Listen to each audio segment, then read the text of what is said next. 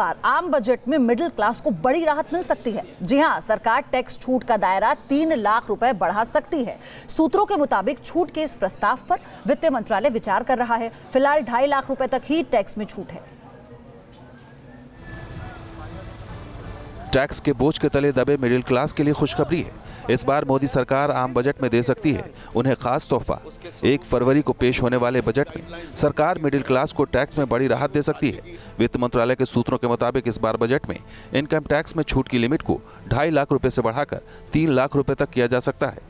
हालांकि tax limit 5 lakh रुपए तक किए जाने का प्रस्ताव आया था, लेकिन सूत्र बताते हैं कि वित्त मंत्रालय में 3 लाख रुपए टैक्स लिमिट पर सहमति बन गई है। जाहिर है, सरकार के इस संभावित फैसले से सैलरीड क्लास के उन लोगों को बड़ी राहत मिल सकती है जिन लोगों की सालाना आय 3 लाख रुपए है।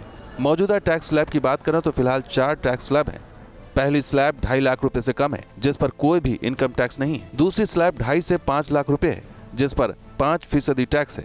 तीसरी स्लैब 5 से 10 लाख रुपए है, जिस पर 20% टैक्स है। और चौथी स्लैब 10 लाख रुपए से ऊपर की है, जिस पर 30% टैक्स है। इसके बाद 50 लाख से 1 करोड़ के बीच 30% प्लस 10% सरचार्ज है, जबकि 1 करोड़ रुपए से ऊपर 30% टैक्स प्लस 15% सरचार्ज है। सूत्रों के मुताबिक सरकार टैक्स छूट का दायरा बढ़ाने के साथ साथ टैक्स स्लैब में बदलाव कर सकती है।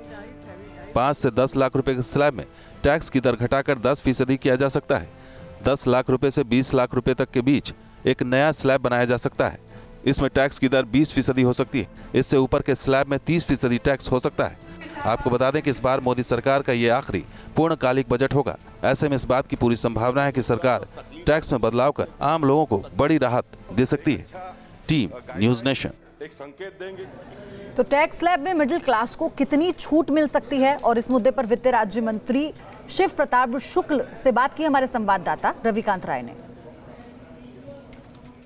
केंद्रीय कैबिनेट ने आज अहम फैसले लिए हैं जिससे एविएशन सेक्टर में बूम आ सकता है। फॉरेन डायरेक्ट इन्वेस्टमेंट को 49% जो विदेशी एयरलाइंस हैं उनके लिए आज कैबिनेट ने मंजूरी दे दी है।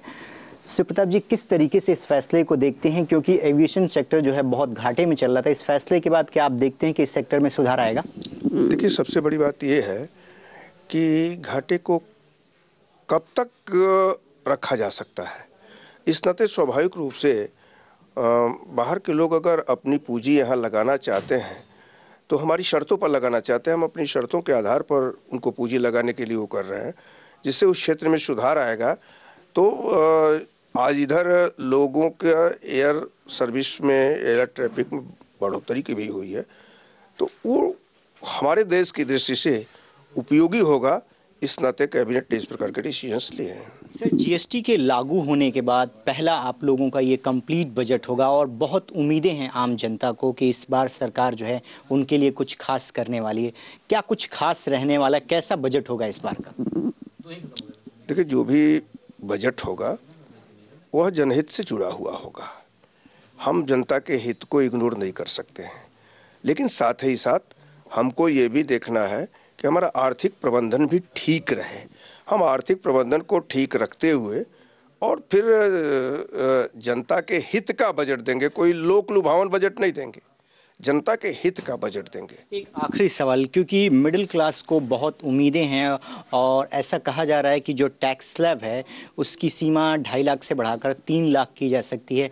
ऐसे में मिडिल क्लास को बहुत उम्मीदें हैं। क्या संभावनाएं, क्या उम्मीद कर सकता है मिडिल क्लास सरकार से?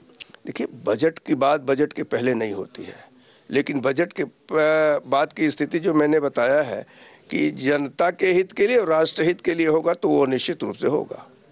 चलिए, इस बार का जो बजट होगा वो जनता के हित को और राष्ट्र के हित को ध्यान में रखकर बनाया जाएगा। वीडियो जर्नलिस्ट कमल किशोर के साथ रविकांत राय, न्यूज़ नेशन, दिल्ली।